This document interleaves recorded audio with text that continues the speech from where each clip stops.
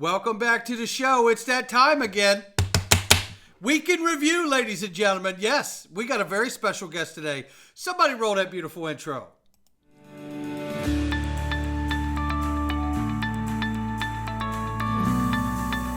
Digital Perspectives with Brad Kimes. Come on in.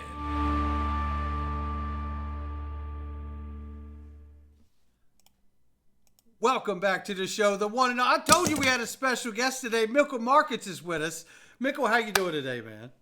I'm doing great. Thank you for having me on. Obviously, we got to meet in person down in Vegas, which was an incredible event. I had so much fun, and so did my girlfriend. So happy to see you again. Happy to be on the show, and I love what you're doing here. Hey, man, thank you. And what a great turnout it was, man. And it was so great to meet you finally in person and so many others, right? And your girlfriend as well. And you look like you guys had a wonderful time. When we could get a hold of you, because you were just bombarded with people. I'm like, whoa, But I love seeing that. I love seeing so many influencers at the conference and being embraced by the community and your audience members, right? It's just beautiful to see all the way around. And what an exciting time we're moving into in this space too, Mickle. So there's a lot happening right now in this space. Where do you want to start today with our conversation? Well, I think there's some pretty exciting stuff going on at Apex right now. Obviously, some announcements just got made there. So that I would love to start there. I think the news about Archax and Ripple, I think that partnership is very interesting and has some deep downstream implications as well that I don't think everyone's picking up on right now. Well, let's go ahead and pick right up on it, Mickle. Let's talk about that. Yeah, so the other day, I don't know how many people know about Archax, but they're essentially a front-end solution that helps with a lot of different tokenization efforts for large companies. I know a lot of people probably saw the HBAR announcement a couple months ago in which BlackRock was issuing a money market fund on Hedera. Well, BlackRock actually worked specifically with Archax to make that happen. They're kind of the facilitator to do this stuff. We found out the other day that Archax is going to be specifically using Ripple's custody solution. So that's going to put large money market funds like BlackRock directly in cooperation with someone like Ripple to actually custody those assets. But they also announced that any money market fund or any other kind of fund they tokenize and issue will automatically be added to the XRP ledger as well, which in my eyes means that we're going to have something like BlackRock's money market fund trading on the XRP ledger in the near future, which I think is very exciting. It is super exciting. And there's also the Alexar news too from Apex. So we got to hit that a minute. You want to comment on Alexar and how important that is too? Yeah, one of the things that's really been broken in crypto for a while is just the ability to move from one chain to another. We all have value in all these different chains, but sometimes you'll see a cool protocol pop up on a chain where you have a bunch of native assets that don't actually sit there or don't interoperate. And that creates issues because now you can't use your value in the place you want it because you have to go to a Coinbase, swap things over, do all that. And for most people, creating those taxable events and doing all that different swapping just isn't worth the time, and we end up just having our digital assets sit there. So having an ability to go from chain to chain is going to be huge and really create a whole new level of interoperability. I believe there's going to be very cool ways in which XRP is going to be positioned as kind of the liquidity when you swap from token to token. I've heard Ripple's DeFi team talk a bit about that, and I don't know the grand vision yet. It's kind of just been alluded to. But I think Alexar, combined with the XRP ledger, is going to do some very interesting things in the future in really tackling this interoperability issue that has been present in the cryptocurrency industry for a while now. Well, I think that's a great observation. And, to add to your point on that, it's interesting, like David made some really powerful comments about Alexar and basically said, we should see that as a part of the ledger and not this separate part of the ledger. And I just thought, what an amazing endorsement that is for David to say, look, you should just see this now as an extension of the ledger, not a side chain, basically, right, or a bridge, but as a part of the XRP ledger. Yeah, no, I think that's really exciting. And I think Ripple's really always had the right vision here for how to build out these networks. a lot of networks try to jam everything into the core layer one chain. And ultimately, it created a lot of the issues like we see with Ethereum, where it's slow and really good for certain developer tasks. But once you try to ramp that up to production, it's just not fit to do that. I think Ripple always knew since the start that it was better just to create side chains off of that to handle what is needed on each specific side chain, and then ultimately just tie that back together. It doesn't have to necessarily be layer one, as long as people using it have confidence that it's happening in a decentralized way and happening in a way where no one can impose authority over it. But it doesn't necessarily mean it all has to be jammed into one chain. So I really like this idea of side chains and just using the best abilities of each chain for their specific needs. And I think what's being built out in the XRP Ledger ecosystem right now is extremely special and has been really different from how other chains chose to do it. I think this strategy is probably going to win. It's a multi-chain world after all. It's a multi-chain world after all. I mean, it really is, right? I mean, this is what we're moving to. And I say this a lot for the channel, too. It's like, look, the XRP Ledger also operates as a world decentralized exchange. In fact, the first world decentralized exchange, right? And but it's not a world decentralized exchange unless all the chains are plugged into it, to make the market. And what I see is that happening in the early stages of making that happen. So everyone can readily plug into this DEX and then use that DEX to make that market. And again, this brings us to the conversation of stable coins, the introduction of the real stable coin, or the real US dollar, as Brad Garlinghouse likes to call it, and I do too. But, it's interesting when I think about this and the utility and all that's going to bring to the network. Look, I think of USD Tether, what it did for Bitcoin, USDC, what it's done for Ethereum network and the Stellar network. No reason to think why the real US dollar on the Ripple's network and the Ethereum network won't have some of the similar effects. Your thoughts? Yeah, no, I completely agree. A high quality stable coin is something that's going to be critical to the XRP ledger. One of the things that I think Ripple's really going to differentiate themselves with is how that stable coin is used. I heard David Schwartz this morning say specifically that Circle has no idea who's holding the USDC token.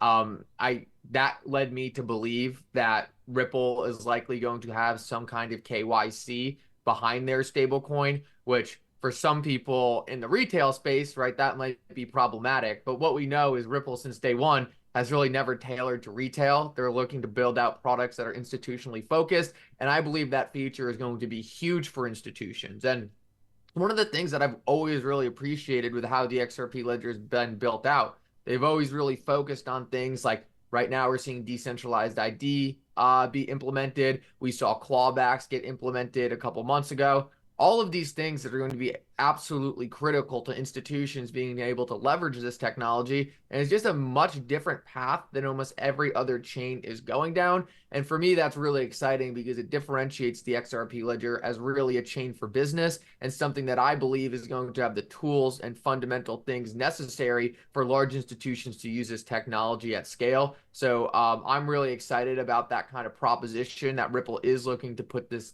differentiator kind of in their stablecoin and just make it a better use case for the institutions that I believe are ultimately going to drive most of the volume. Yeah, and I want to go back to something you highlighted, that Ripple is enterprise facing. They're not a retail facing company, right? And what I find remarkable about this kind of moment we're moving into is with the introduction of this real US dollar, digital dollar on their network and Ethereum's network. This is going to, I'm not saying that Ripple would change their game, but bringing a digital dollar to the network that's interoperable with Ethereum is going to open the door for retail, right, consumption and products. This is going to be a game changer. Not only is it going to obviously help the institutions have the liquidity and on and off ramp and things they need all in one stop shop. Obviously, that's a given. But then look, when you start dealing with digital dollars, you start dealing with retail consumers, right? And I'm not saying Ripple's going to shift and all of a sudden want to be in retail. However, I am suggesting that you are going to see, I think, once we get a complement with legislation for these assets like stable coins, then you're really going to see the birth of these ideas and projects and new companies and solving problems for retail interfacing ideas and new, I guess, business functions. Your thoughts on that?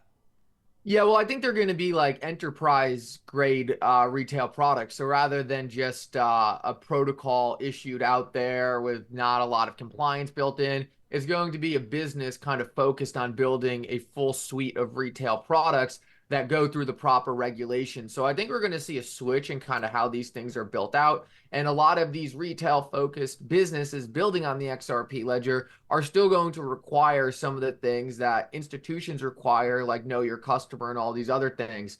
I think there's definitely going to be places in the crypto sphere where those things are going to be purposely avoided. And that, I don't think that necessarily is a bad thing in some aspects. I think there's great benefit to having those products out there. And what we've seen is those have garnered tremendous amount of use case for not always criminal activities, just people who need to escape oppressive regimes and stuff like that.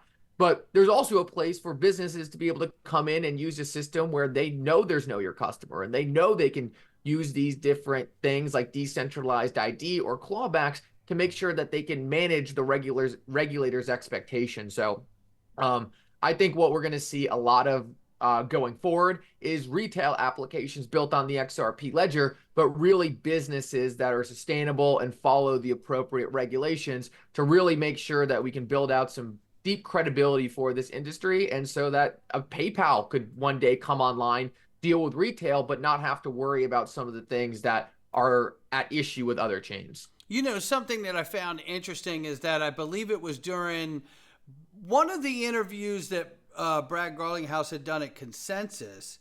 And I think he had mentioned that, you know, at one point USDC had lost the peg and it went down to like 93 cents. And then Circle the company came out and said, we'll stand in that gap. It's $1. And he said, you know, in respect to Ripple launching a stable coin, we could stand behind that quite easily. In fact, easier than USDC could, right? And I found that to be interesting because we know what the answer is to why Brad's saying that. He's saying because we could use the reserves of XRP to back that gap, right? Very easily.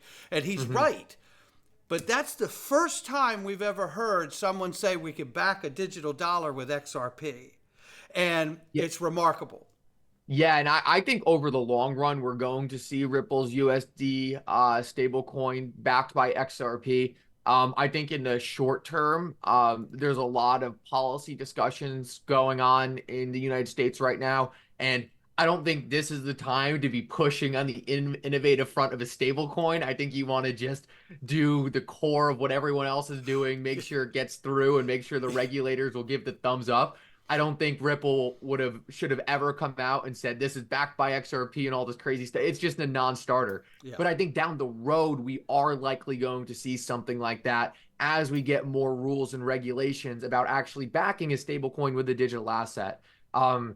I think there's a lot of benefits to it. I just think we're very early, and to push that boundary at this time wouldn't be appropriate, but I think it's definitely something they're going to be interested in. And another little tidbit, I'm not sure if you saw this, but Brad Garlinghouse also released on stage that at one point, Ripple themselves were actually causing close to 20% of USDC minting in volume.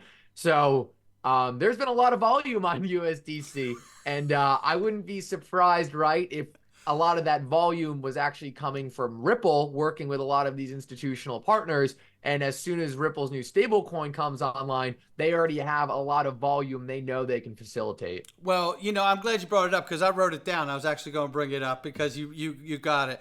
And 20%, he said, at one point, we were 20% of USDC's market cap.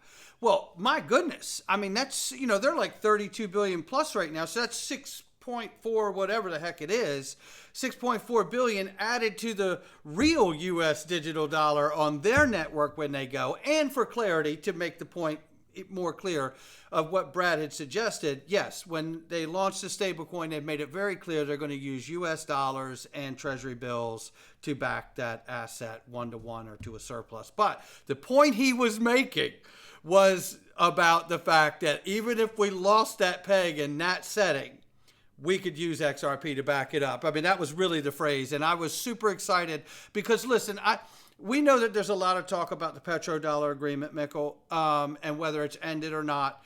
You and I both know that it's a serious conversation whether it has ended or not, because there's still a de-dollarization movement, BRICS coalition, Project Sandman, all of that to go with it.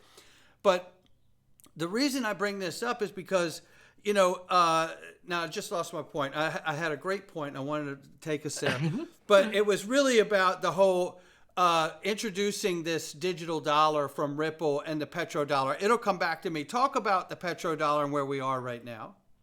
Yeah, so I mean, I think regardless of what pieces of news are being picked up by the mainstream and what things are a little more speculative, I think it's very easy to see that there is a severe de-dollarization happening right now.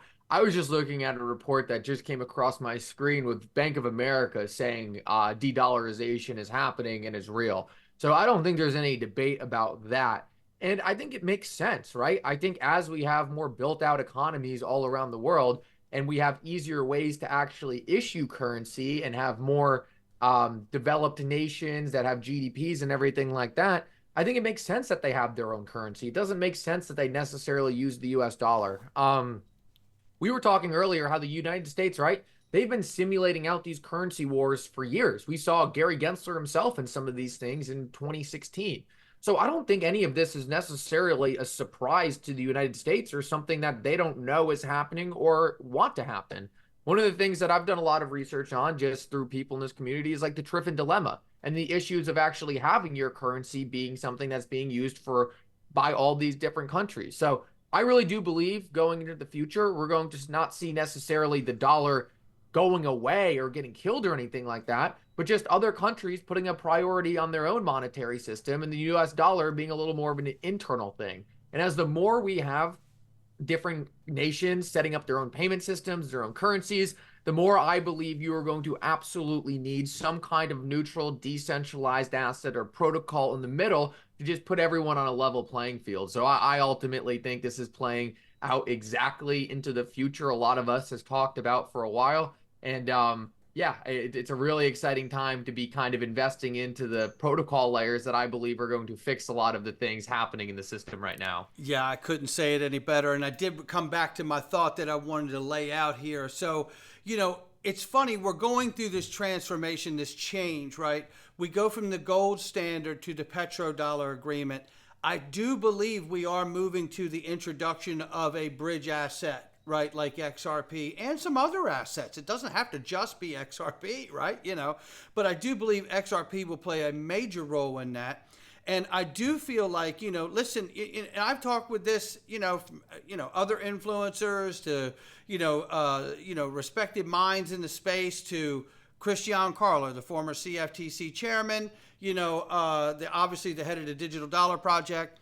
And we talked on stage at XRP Las Vegas 24 about this. And I asked him directly because I want to know. And you have to test these ideas, these theories on people in the know, in the regulatory space of putting this stuff to work. And I asked him, could we be moving to a moment where we're coming off the gold standard in 73 and then going to the petrodollar agreement, but we're seeing that be unwound. Are we moving to this real world asset tokenization where we can put the reserves on the ledger because it's the decentralized exchange for the world, and at some point grow into the underpinning of the dollar and its dominance to remain by really bringing the XRP ledger and the reserves under it to underpin it, because it is the DEX for the world. And I don't expect it to be done next Tuesday. I didn't expect it to be done in 2 days when it was going from the pound to the US dollar. It was a 15, 20 plus year transition there, right? So, what are your thoughts on that? Yeah, so I'm under the impression that a lot of these assets are going to be tokenized in the near future.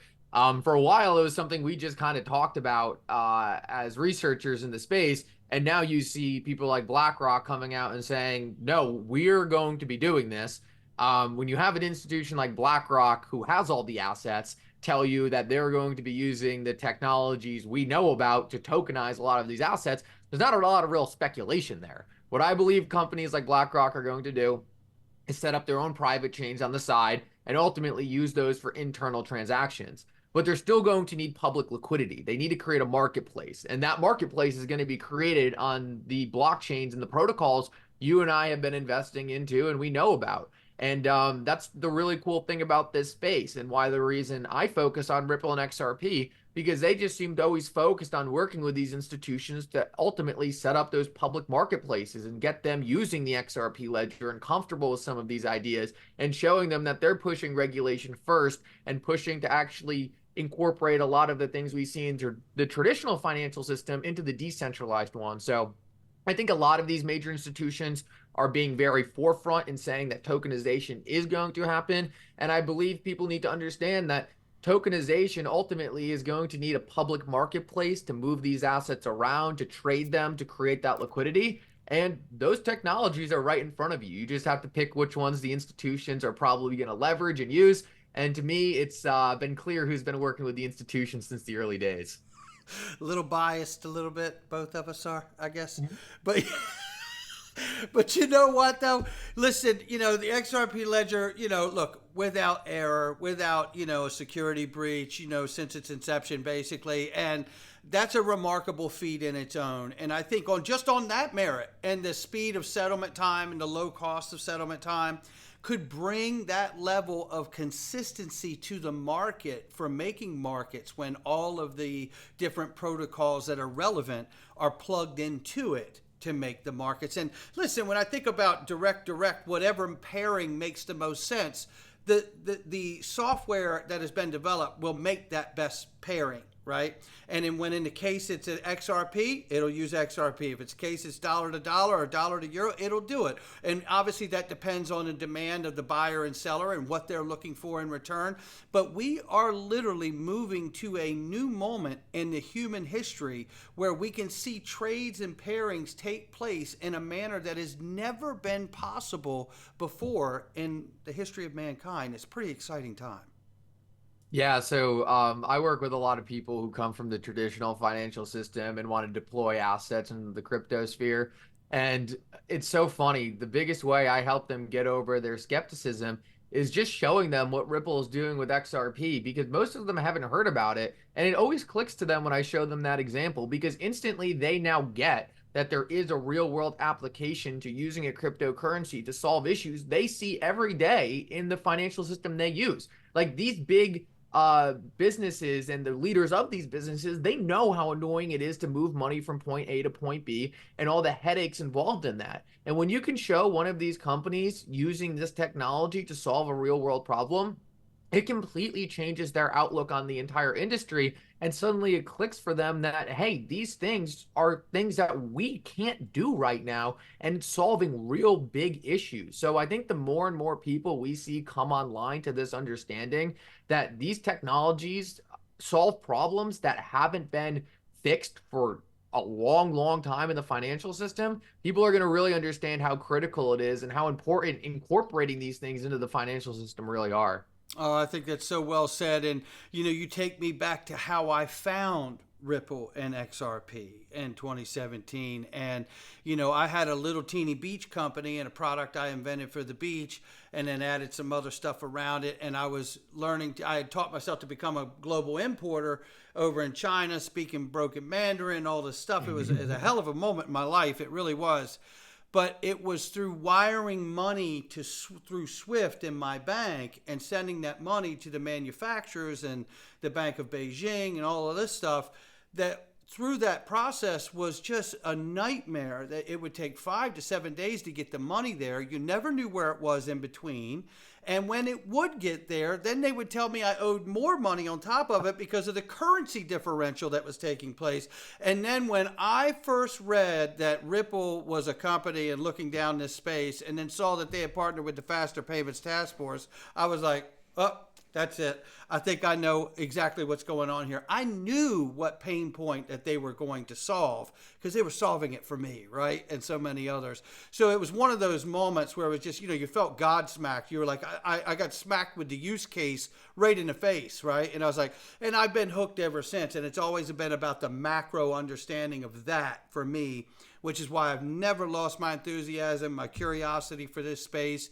And the space moves so fast and so quickly that I just love being in this space. I'm so passionate about it. Final thought this thing for all of us, Mickle. Oh, yeah. So I completely agree with you. I found XRP in a similar way and just with what Ripple was doing.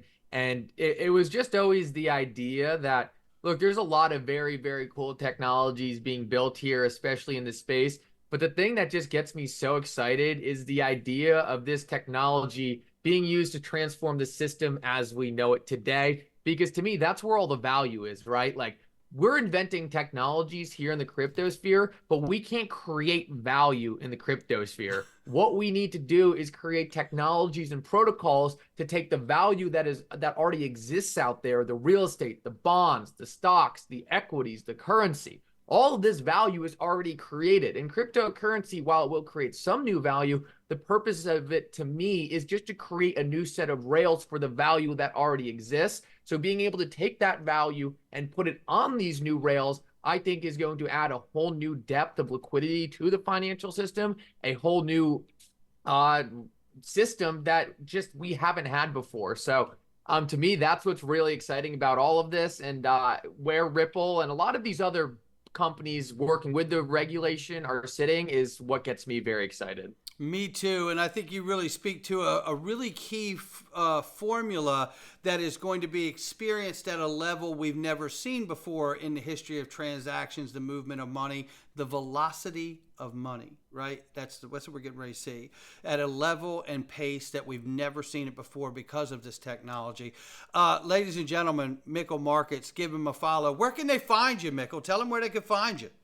Yeah, so you can find me on YouTube. If you just type in Mickle, I'll show up. On X, it's XRP Mickle. And then, of course, I'm also now an advisor in the cryptocurrency space. So if you're ever looking for those services, we would love to work with you. It's digitalwealthpartners.net. Sign up there. You'll get a free consultation, whatever. We'll get you started, just help you through your crypto experience. Mickle, thank you so much. Don't go anywhere. Week in review. That's a wrap, everybody. We'll catch all of you on the next one.